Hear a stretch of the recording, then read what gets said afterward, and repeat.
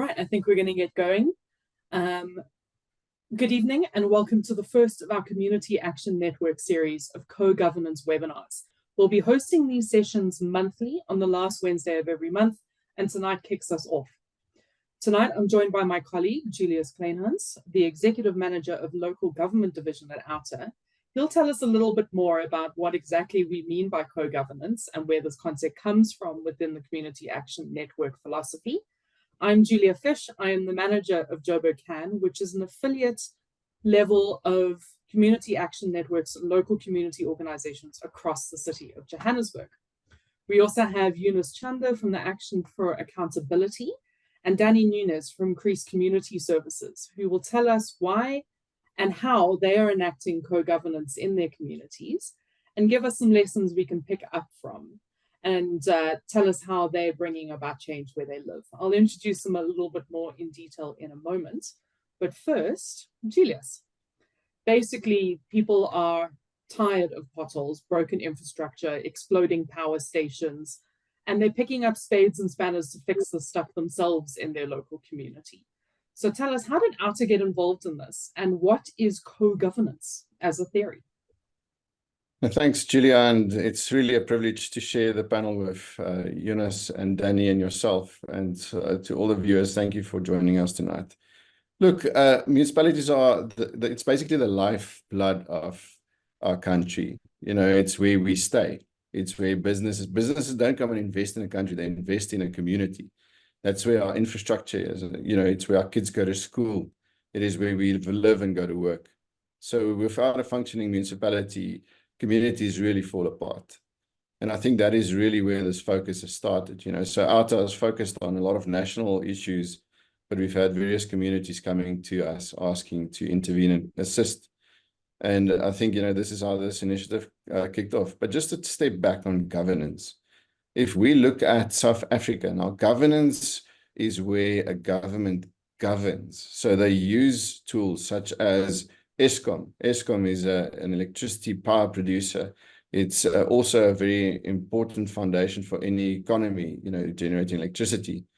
However, when government doesn't govern properly, we see that access to electricity becomes a big problem and people have to seek alternatives. So then the question pops up, well, who's governing? You know, if government doesn't use that governing tool. The same thing with security. You know, the police is a strong governing tool for a government to govern. And we see that private security has become the way of ensuring a safe community, because and it's probably about 3-4 times the size of our police force. So the question comes again, you know, does government govern and use its tools? Now let's take it to a local level. We can obviously compare government and governing on an educational and a health and all those kind of levels. But now in a municipality where basic rights are infringed because you don't have access to something like water, where your municipality is supposed to be the foundation of economic growth, where it creates and maintains the infrastructure for businesses to build, to grow, to employ people so that the workforce increases, so that the tax payer basically pool increases as well. And that's how an economy is built and grows. But if it's not maintained, it starts falling apart. And municipalities start utilizing various tactics to shy away from their responsibilities in the monopoly in that micro ecosystem. It's a great concern because it affects everyone. It doesn't just affect the elitist. It doesn't just affect the business environment. It affects a whole community. And I think that's where both the opportunity and the threats of South Africa's future lies. You know, if we're just going to sit back and accept it, communities will fall apart, business will move elsewhere, and we will become a failed state or failed community. And I think this is also where the beauty and the opportunity arises, because this is now where communities, it doesn't matter what your background is, your race, and even your income level, we've got common issues. And as a community now, we can take hands and resolve them. And that's why the Community Action Network has been established. We want to see how we can help communities become organized, How can we expand the network so that neighbors can start talking to each other and address issues on a common cause? So that we build bridges, between communities, and also to then empower them to become more effective in addressing the issues they have in municipalities. And we believe that South Africa can be turned around from the grassroots levels upwards. I don't think any government can just come in and fix things. So this is the network that we want to establish and ensure that the sustainability of governance evolves over time. Just a quick one in closing. Dr. Narif Bilyon from the University of the Free State, she did some very good research, and I would encourage everyone to go and read up on her. She speaks about co-creation, and it's very similar concept to co-governance. Her studies have found that in the world, you've got basically 3 areas of focus when it comes to municipalities. The one is you pay for a service and you get it. The second one is you pay for a service, but you still have to go and participate in your IDP or budgets and your municipal engagements to ensure that the municipality does what's required. And then the third one, which she says is actually where the most thriving communities exist, is a co-governance model where communities are very involved in the affairs of local government. They participate in all decisions that their municipality makes. They have oversight on what needs to be done. And you, to a large extent, see the communities being hands-on involved in fixing things. It's where their assets are. They've got a vested interest. And in fact, the municipality just becomes a governing tool to ensure that there's proper regulation and things taking place in enforcement of the law. So I think if we can adopt that and accept the reality that we don't pay for something and get it in return in South Africa, but that the future really lies on us getting our hands dirty and getting organized, I think we've got a thriving South Africa to build together. Thank you. Thanks so much for that, Julius.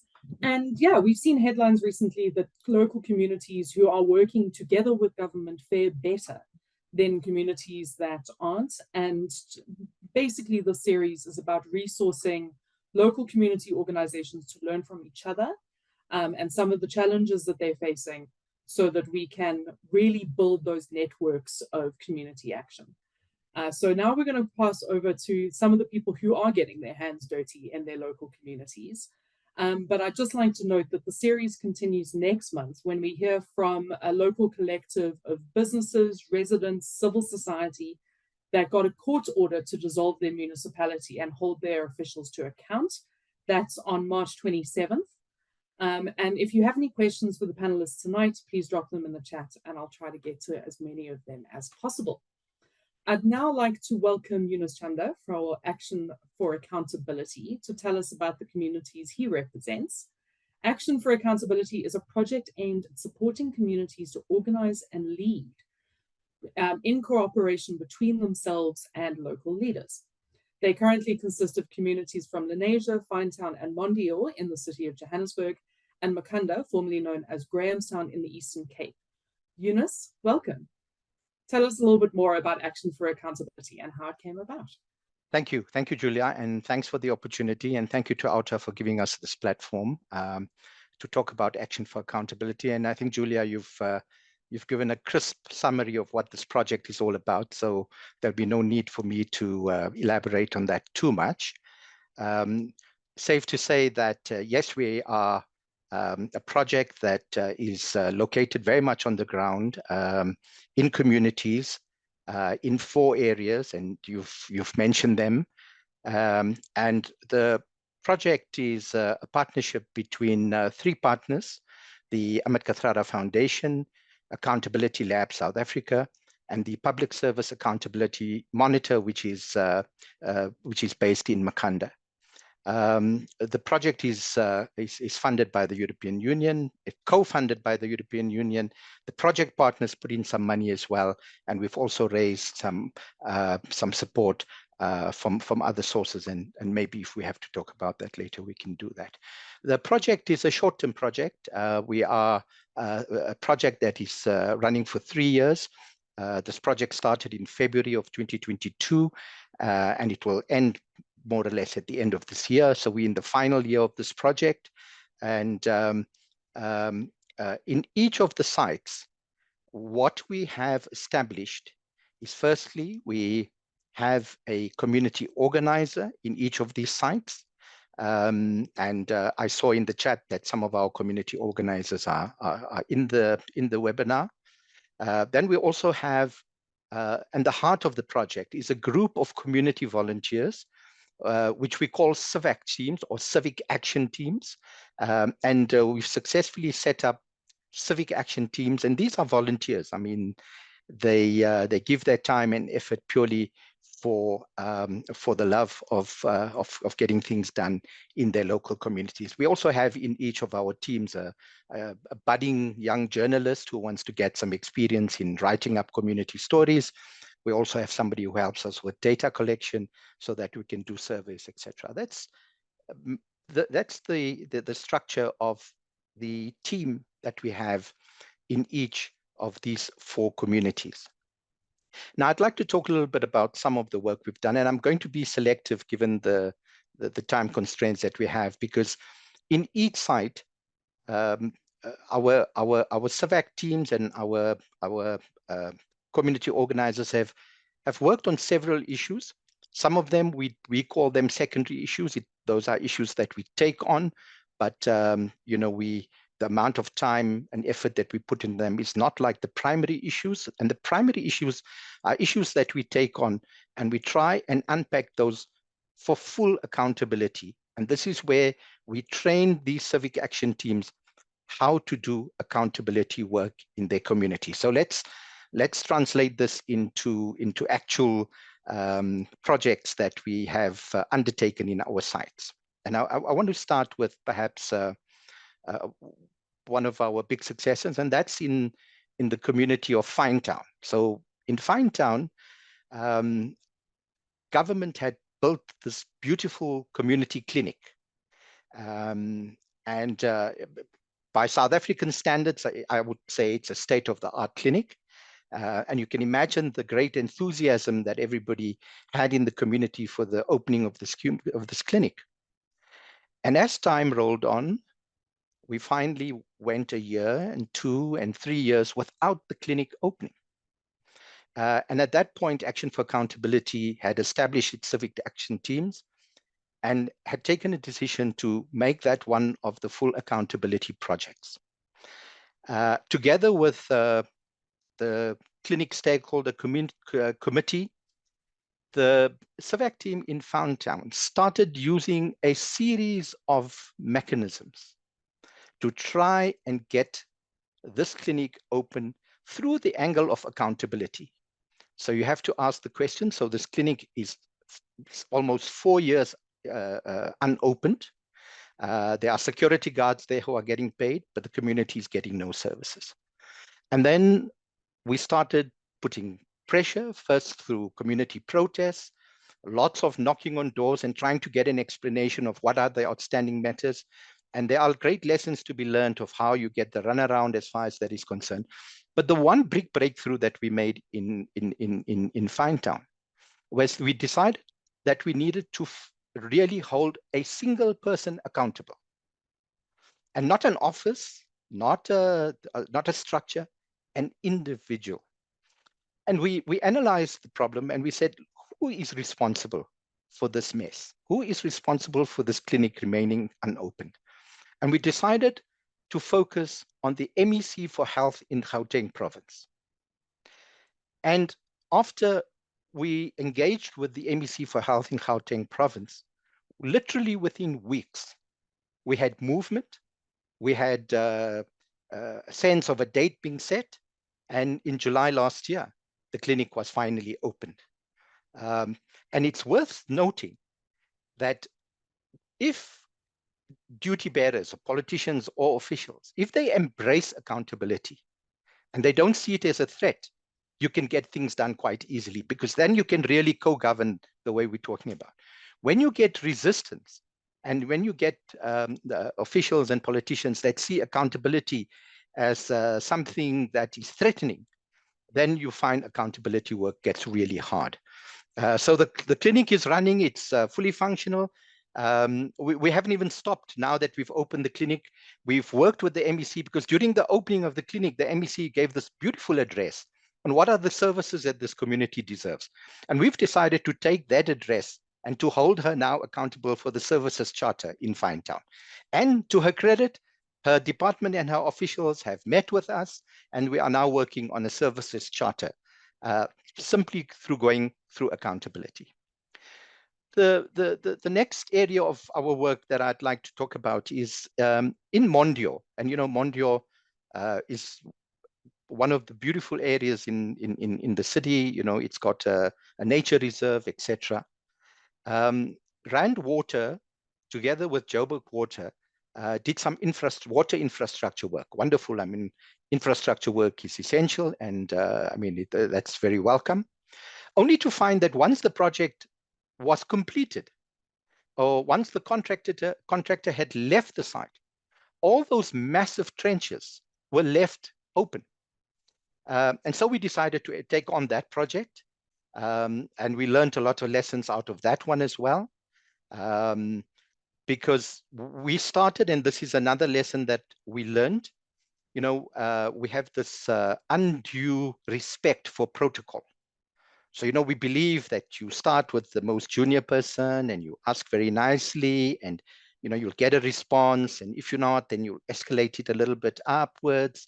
And so with Rand Water, you know, we started writing and asking for some explanation as to why these trenches were still open. We even escalated it to the CEO and got no response.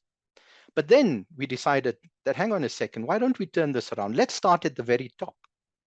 And we drafted a letter to the chairperson of Rand Water Board. And within weeks, we had a detailed response of what the situation was and a commitment that the matter will be addressed.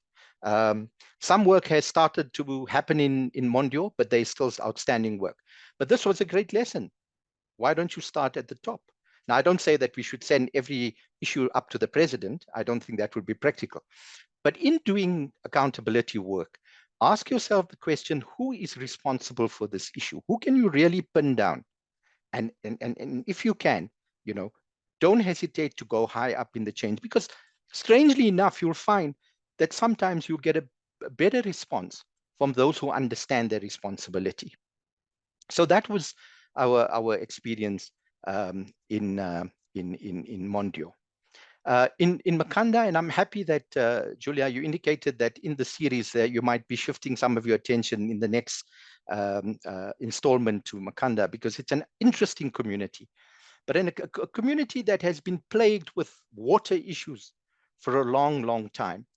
And there we, amongst the many other wonderful things that the Civic Action team does, the issue of water quality became quite important. And in that respect, we formed a partnership with Rhodes University, and they have a center called Rubik, which partnered with us to do water testing. So now our Civic Action team is able to test water quality in the community and to upload all of that data. And when there's a good fix that we have on the issue of water quality. There are still challenges with water security, but at least that's one area. And there the lesson was really, don't try and do things on your own.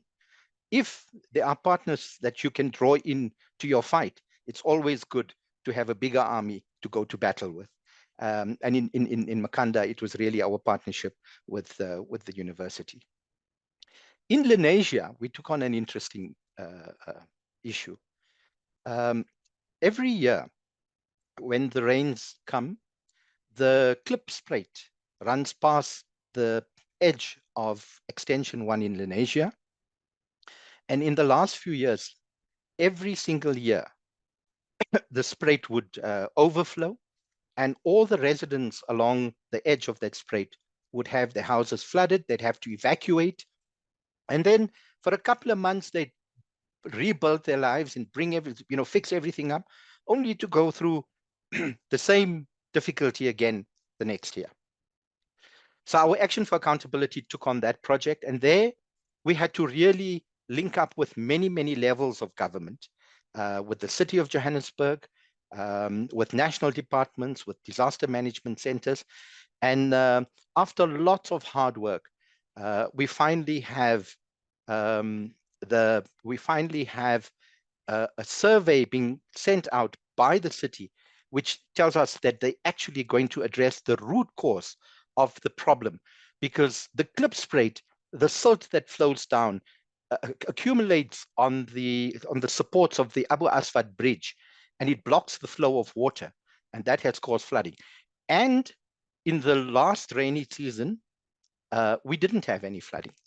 So that's that's a success, but we don't want to get too optimistic because we probably didn't have the same levels of rainfall. We've learned that accountability work is truly hard. It's not easy. You've got to have stamina. You've got to have resilience. You've got to be prepared to have aggressive pushback when you call for accountability.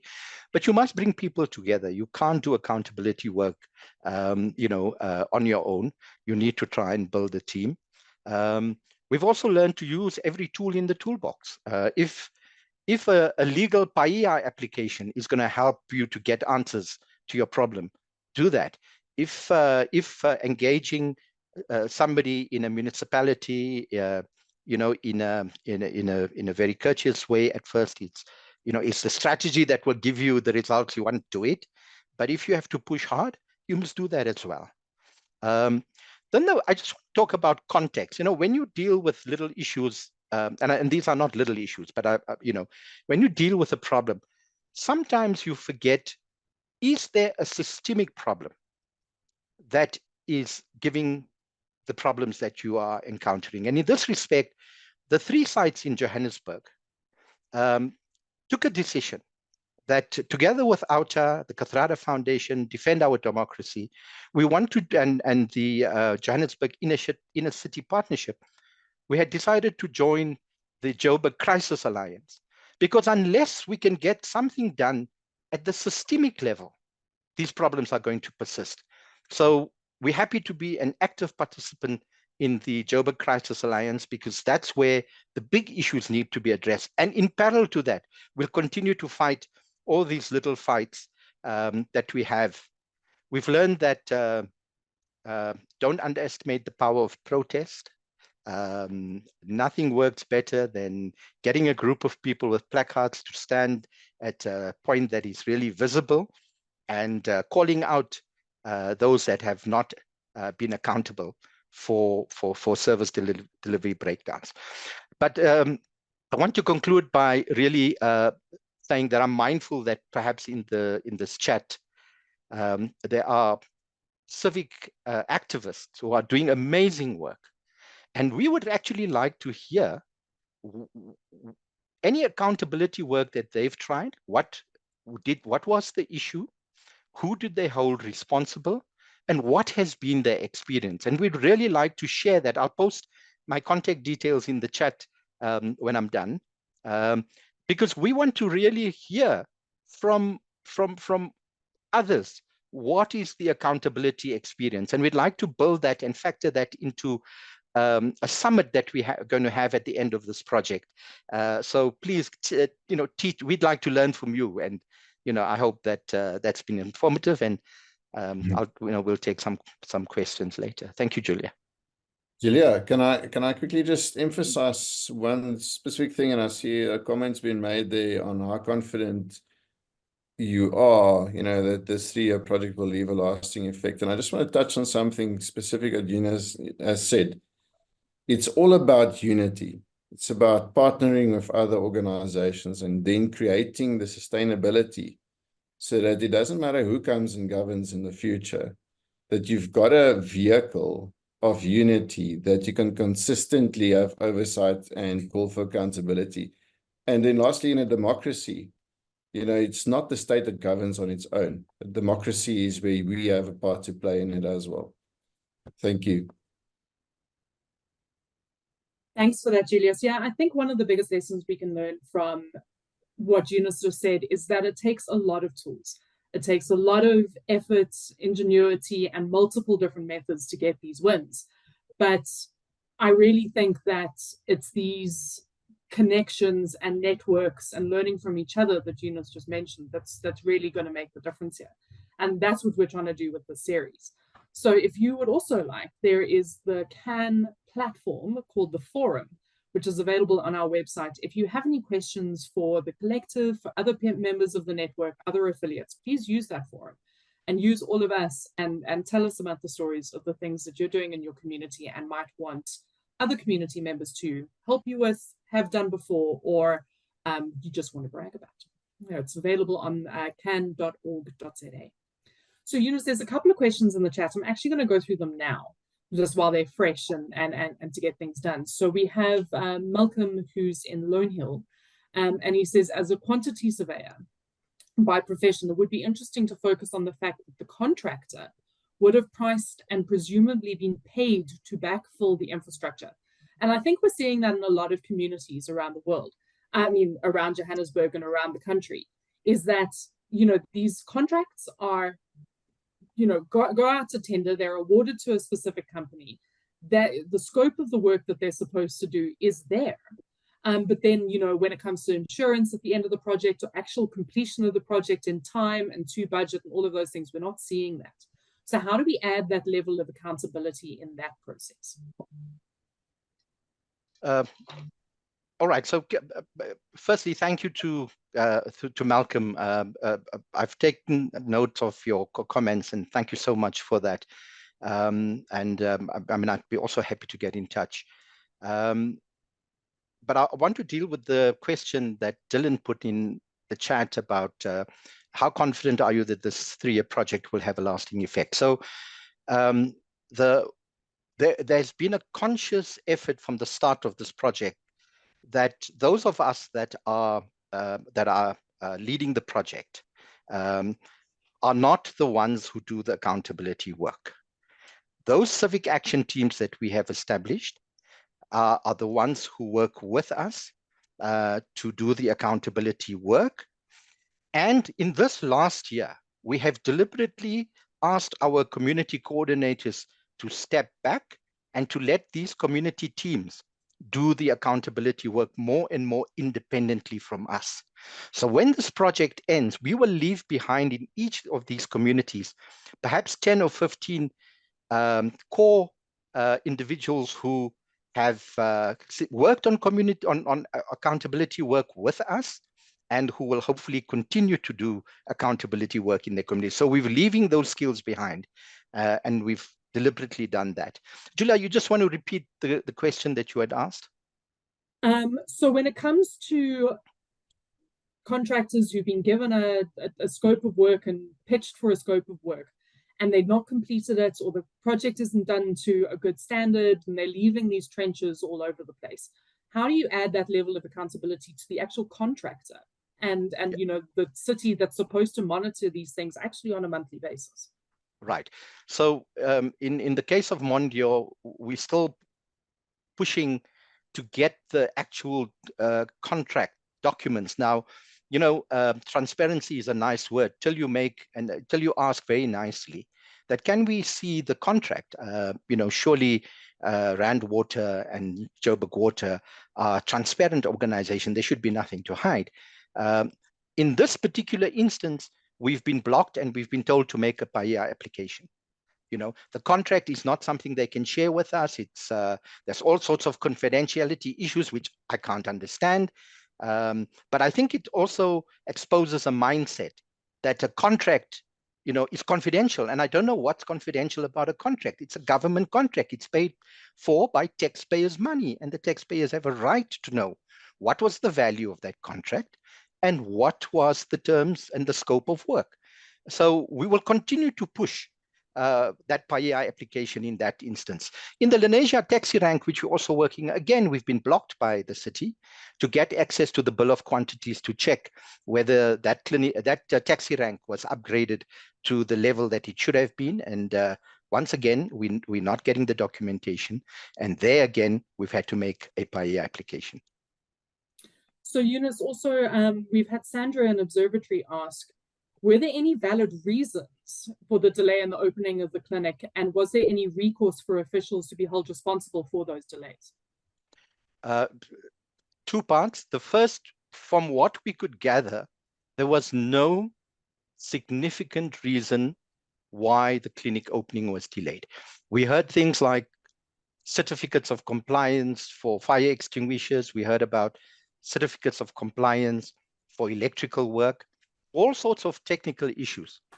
We do understand that, and this is perhaps a planning disaster, is that, you build a clinic, but you only apply your mind to the staffing once the clinic is built. When the staffing question should really, be well ahead of the scheduled opening.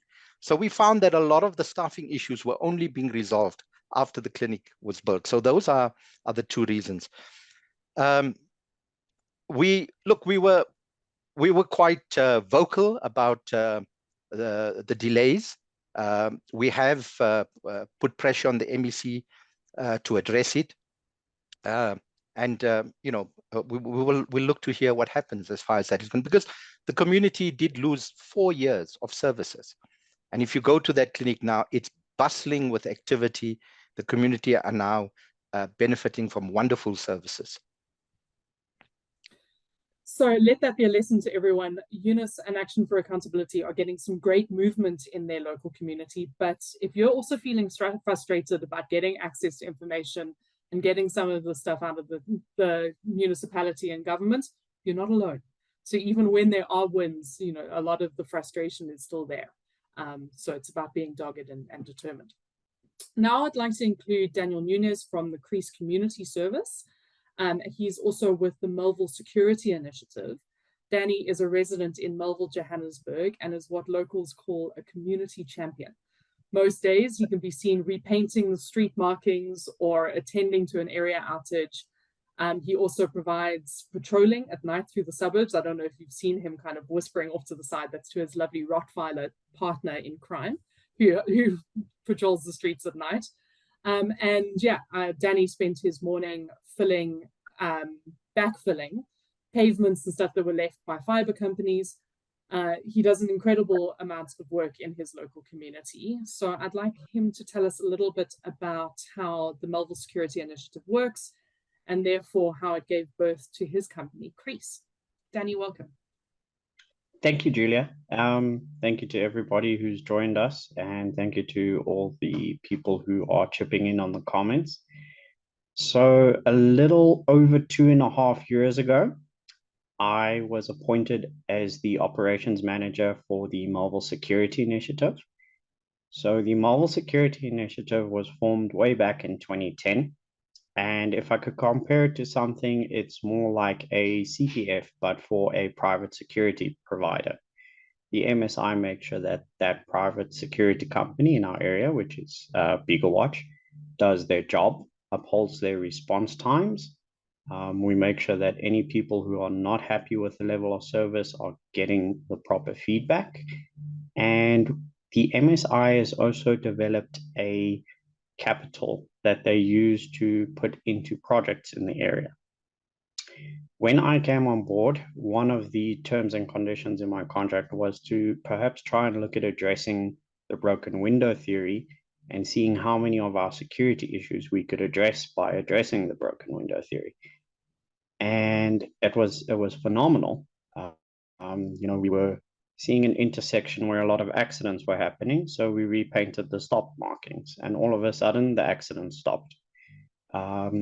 We had places where muggings were happening, so we put pressure on City Power to get the lights working, or we even said in one case to a resident, can we sponsor a spotlight and you aim it at the piece of road because there is no street light? And they were like, yes, go for it. I'll gladly power a spotlight. And no more muggings. To a degree, yes, it does kind of displace crime and not prevent crime, but we do what we can in certain places. It was working really well under the MSI, but the problem was holding on to staff. If I was doing upliftments once a month for the MSI, it became a problem because the next month I had to find a whole new crew. So I decided in the beginning of last year to actually form Creass Community Services as a company, and they would then contract to the MSI. And in doing so, I had one guaranteed contract, and I started looking at where my team could do more. So we started looking at some gated communities. We started looking at some townhouse complexes. We have currently on book about 15 clients who use us on a month-to-month basis, and we do everything for them. The MSI in Melville give us a budget every month. We are fortunate to have the Melville Residents Association, who also recently have been allocated a budget to us, and we split the chores. The MSI focuses more on safety and security matters. The Residents Association focuses more on their litter, illegal dumping. Today, for the Melville Residents Association, we fixed a sidewalk that has been in a state for 7 years since fiber was installed, and they just forgot to come and fix that patch. Numerous attempts were made to get the city of Joburg to come out and do it, and they just keep rushing it aside because it's a sidewalk and their priority is roadways nowadays. And so I said to the MRA, look guys, it's going to take 10 bags. Let's get the asphalt and let's put it down and let's get it looking and working again as a sidewalk. And that's it. It took us a little over 2 weeks to go from getting the asphalt to putting it in the ground and having a sidewalk again. The MSI has taken a great amount of effort into securing the Melville corpies. A palisade fence gets broken today, we make sure it's fixed today. If a substation is broken into, we make sure that the substation is fixed today and not left open overnight, especially with load shedding, because that's when guys take the opportunities to go in and vandalize them. When they do get vandalized, that's when we look at the security flaws and we see right from a community side, how do we upgrade the security? Let's work with City Power and let's see, do they need a new fence? Let's get the money together and put a new fence around. Do they need new doors? Do they need stronger locks, etc., etc.? Let's apply to MSI for the budget, who achieve that through their subscriptions that they get paid every month from all their residents. And let's put that money into security. It's kind of nice having the Creass team on standby now whenever we need to, because for instance, in the beginning of last year, I think it was, Julia, we had that beautiful incident in Melville where a 16-ton grain truck overturned. And the company was so grateful to send us, I think, 4 guys to clean it up. And we were able to bring in my team and say, right, guys, we're all here, we're on the book. Let's get this road open by tomorrow morning. And in a little over 14 hours, the whole road went from being completely closed off to open and usable again. And it's actually one of the main arteries into and out of Melville. It was actually a phenomenal thing because people were like, where did it go? It literally disappeared overnight. And that's one of the cool things about having a team like Creass in a community is they're there, they're on standby, you need something, it gets done. I'm fortunate enough to have been able to build a lot of relationships with the various city entities. My top 2 favorite are Pickitup and City Parks, who are phenomenal when we approach them and say, there's a fallen tree, can we move it? And they're like throwing thumbs up at us, just be like, go do it. It's reached a point where sometimes I don't even know that the tree is fallen, and City Parks will get the phone call first. They will phone me and be like, we're a bit strapped for manpower. Do you mind going and dealing with us around the corner quickly? And it's actually become a working relationship now with them. We phone them when we need stuff. They phone us when we need stuff. The same with Pickitup. Forming those relationships with the managers of our depot has put us in a position where we can inform them when their teams have made a little hiccup here and there. There was a time where the pick-it-up truck broke a hydraulic line and spilled a lot of hydraulic fluid. And they phoned me and they were like, oh, we need somebody who can go and throw sand on this like straight away, and we'll send a cleanup team. We managed to get 4 guys out there and get all that oil seeped up into sand, which they came to collect. It's a little bit more difficult with people like City Power and Joburg Water, who cause a certain degree of open decay. Joburg Water come in to fix a burst pipe, and they only really need to make a hole that's 1 meter by 1 meter, but it ends up being maybe 3 meters by 3 meters and 3 meters deep. And what happens with that is you go from having a really tiny hole to having a really big hole. And the excessive damage to the roadway is actually causing a lot of problems, because it just erodes and it erodes and it erodes more and more and more. And by the time they finally do get around to their sites to fix them, the hole is a lot larger and the road surface is a lot more damaged than what it should have just been. Joburg Roads Agency, it's a bit of a catch-22. They love that you do their work for them. They just want you to pay for it. So like today's work, we had to go out and actually get the way leaves to do it all. And although blanket way leaves are nice, they're a bit costly, and they push up the price for communities to do this type of stuff. Who did I leave out? City Power are great when it comes to securing their resources. If you offer them to put in locks or a new fence around their transformer, they welcome it with open arms.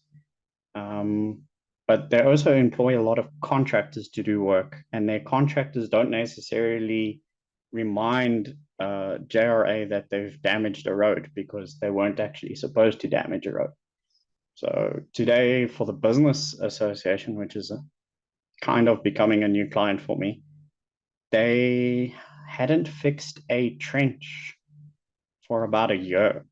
So we came in today and we fixed this trench and actually enclosed a exposed cable that was a tripping hazard outside a family restaurant with little kids and moms and prams and stuff. And I was just thinking to myself, like, how do you install infrastructure and then create such a hazard for somebody at the same time?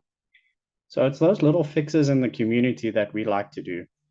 With all due respect to the gentleman who was before me, he seems to be fighting the big battles, and I take my hat off to him. I wish I had the patience to deal with people like he does and hold them accountable. And I just bring my guys in and we just go and muscle it. If those holes were open in my area, we'd just pull them up ourselves and walk away from the situation. I have a feeling that will be... I have a direct question about that. So obviously every now and again in the news it pops up that community groups are not allowed to fill their own potholes. If you do this, you could be held liable. So how do you as Creass actually manage to do this legally? You mentioned something about way leaves. How does that work? Yes, so if you want to do any sort of work in the roadway space itself, you need to go to the JRA office in Randburg and apply for a way leave. Technically, a way leave is only for installing fiber optic and that type of stuff, but they've now seen that a lot of communities are filling potholes, so that they're kind of forcing people to go out and get these way leaves. I think it's about 1,000 Rand for a blanket way leave for, I think, a week. So the one I have for today, I can use for a week. But I do kind of like the fact that there's a way leave and that there's a process and you follow it properly. There's a lot of people who I really take my hat off to some communities for jumping in there and doing what their municipality isn't doing. But, you know, throwing river sand into a pothole is not necessarily going to patch it up properly. Roads are asphalted for a reason, and they need to be asphalted to the same degree. And I've had a case where I went out and I got 4 bags of this asphalt samples given to me, and they were like, here, use our asphalt, it's cheaper than what you're using. And I was like, oh, let me try it. And it was completely substandard. It was a horrific product. And it just did not hold up to what I'm normally used to doing. And I actually had to go out and get normal stuff, go back, take out what we put in and fix it properly. So yes, there's way leaves that exist for a reason, and I can understand why they exist for a reason. But it would be nice to see JRA actually, sending a supervisor to check our work. I have yet to actually see the supervisor more than once to make sure I'm filling potholes correctly. But we do our best to do everything in the right way. It's the same as city parks. If we get asked to trim a tree, we ask for the permission to do it before just going in and hacking a tree. A lot of people do get miffed because they plant their trees on the sidewalk and you go in and remove it after it's uprooted itself, and then you have a person swearing at you asking you why you didn't replant a 16-ton tree. So yeah, it can get a little bit hairy. I think that's a really important note there, that it's good to actually enter into maybe a longer standing contract so it doesn't cost communities as much money to get these weekly way leaves, and how to create yourself as a stakeholder and contractor with the city is possibly something that a lot of community groups should be looking into. And it's mentioned, we've got Sandra, who's mentioned in the comments, and it's a question I'd like to put to both of you. This is great models. They're already important, but at the end of the day, they're not free. And to be able to have that ability to have full-time staff and dedicated people who have to do this dogged community work does cost money. So how are you guys funding yourselves, and how can other communities learn from your models to, create the same structures for themselves? So in Melville, we're fortunate to have the Melville Security Initiative, who has a client base of 750 to 780 clients in the area, who contribute a little bit every month. That goes into a kitty, and that kitty gets allocated towards us every month that we can put back into the community. We're not here to, MSI is very clear to say that they're not just collecting funds, but they're actually spending funds, and they want to spend those funds back on the community and do things like we did today. My other module was also to target the people from private estates, gated communities, townhouse complexes, things like that, because that degree of private work that we do does actually help me keep my staff on the books every month. And Yunus, do you have any kind of tips and tricks for community groups to resource themselves? Well, from our side, it's the scan the funding landscape and see if there's a match. In our case, we found this this enhancing accountability grant that the European Union had put out call for proposals, and then amongst the many proposals, I guess ours was one of the proposals that caught their interest. And we got the funding through that, but it also placed a burden on our organizations to also raise our own money. And of course, the sort of Danny's model is more sustainable because it's locally based, and as long as those in your community see the value and continue to identify with the work, it continues. Whereas a project like ours comes, the funding comes to an end, it comes to an end, so we have to now go and look at other funding sources, and we don't want to waste the tremendous investment in people that we've made in these 4 sites. We have teams of people who've gained so much of valuable experience in doing accountability work, and we're now thinking about how we can put that to use moving forward. So I don't have the answer right now, but it's something that we're working on. Thanks. And we've also had Liz in Forest Town ask, and I think it's a question for both of you. Do you use your ward councillor or just deal directly with departments? What is the role of ward councillors in local community accountability? Danny, you want to go first? Sure, I'll jump in there. We have a very active and very vocal ward councillor, and I choose to keep her holstered until I need her. She's also been, or was the first person to say, you need somebody at JRA, here's a cell phone number. You need somebody at City Parks, here's a cell phone number. And she helped me establish those relationships. So I tend not to come back to her unless I really need her to put pressure on somebody for me.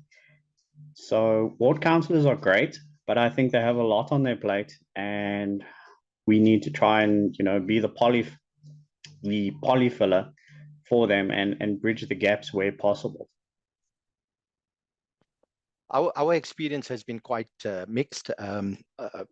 We introduced ourselves to the ward councillors in these areas at the very offset, spoke to them about the project and what accountability work is. And, you know, as Danny says, they you know, some of them are quite overwhelmed.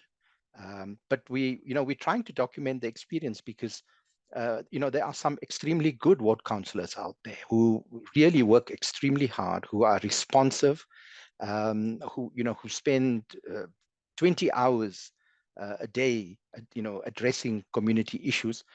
I don't think that the interface between ward councillors and the municipality is as streamlined as it should be. They end up being very frustrated themselves, and, you know, they often will tell you, you know, I've done what I can do. I can't do more than this, you know, but here's the proof that I've tried to do what I can do. So, you know, that we've also had to deal with political change in Finetown. The project started off with a councillor who resigned, then there was a by-election, and there was a new ward councillor. So we've also been exposed to the different dynamics and the different styles of the councillors. And then the one point that I want to make about ward councillors, and you know, it is my view that ward councillors should not be deployed into other areas of work in the city that is work intensive, because a ward councillor really has to dedicate all the time and attention to the local community. So, you know, to be a chairperson of some committee that requires so much work, the problem with that is that when you contact the councillor, they tell you about their schedule of meetings and how important, you know, those meetings are, etc. When really the most important thing that a ward councillor has to do is to service the local community. Thanks. Thanks, Yunus. And I think that's definitely a conversation we need to be having, and looking at how we can equip local leaders and the people that you guys are working with on a daily basis to actually become those community leaders, and leave a lasting legacy of real grassroots democracy within the city. And that's definitely something we'll be looking at in the series of co-governance webinars throughout the year. Julia, so I'd just like to... Yes, go ahead. Can I just make one closing remark? And that is that one, you know, of all the difficult things we do, there's also one, you know, one component of our project worth mentioning. And that is that when we host our accountability summit, you know, in October, we have a part of our project is called the integrity icons, where we've actually identified good public servants and good civic leaders, and we'll be actually you know, giving them awards for doing good, and to say, why do we see them as accountable leaders? What have they done that has inspired us with confidence, and we'll be recognizing them. So, you know, where good things happen, you have to acknowledge it. I needed to add that. Thank you, Julia. Thanks so much, Yunus. Danny, do you have any closing remarks you'd like to make? You're muted. One simple closing remark. And every community has somebody who's willing to do this. They just need to motivate that person and empower that person. Be the change you inspire to see. I'm quite literally the example of that. And I wanted to see changes in Melville, and I didn't want to see unrepaired sidewalks and potholes and faded road markings. So I decided to be the person who was going to change that. And I think every community just needs to find that one person and empower them to be everything that they need to be to get those things done. Julius, would you like to make any comments about what you've heard this evening? It's incredible. You know, I just want to recognize the work, Yunus, you and your team at Action for Accountability, and Danny, you and your team of Creass have done. You know, it's incredible, and I think it's a good example and very inspiring for all of us.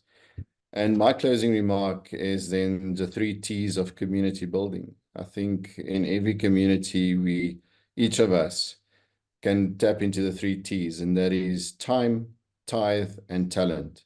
All of us have something to contribute, whether it's our time, with our talent, or even if it's just a financial contribution to support this good work. Thank you very much.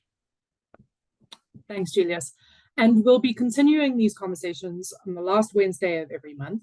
We'd really like to hear from you, though, about what topics you think we should be covering, the people we should be talking to, some of the lessons you want to learn from other community groups and networks, so that we can include them in the series and make sure that we're really engaging with what matters to you on the ground. If you want to become a member of Joburg CAN or any of the CAN network across the country, get in touch, info@can.org.za. And we look forward to catching up with you again next month on the 27th of March when we talk to the group in Makanda about how they managed to dissolve their council. I know that's a big burning question that's happening in the city of Joburg. And of course, with Action for Accountability, as you mentioned, that's something that we're doing with the Johannesburg Crisis Committee and how those questions are coming up across the country. So please join us again for that. And if you have any questions about the CAN network, about Action for Accountability, or about Creass, get in touch and we will be happy to connect you and network with you. Thank you so much. It's been a pleasure. See you again next month. Thank you, everyone. Bye. Right. Thanks, everybody.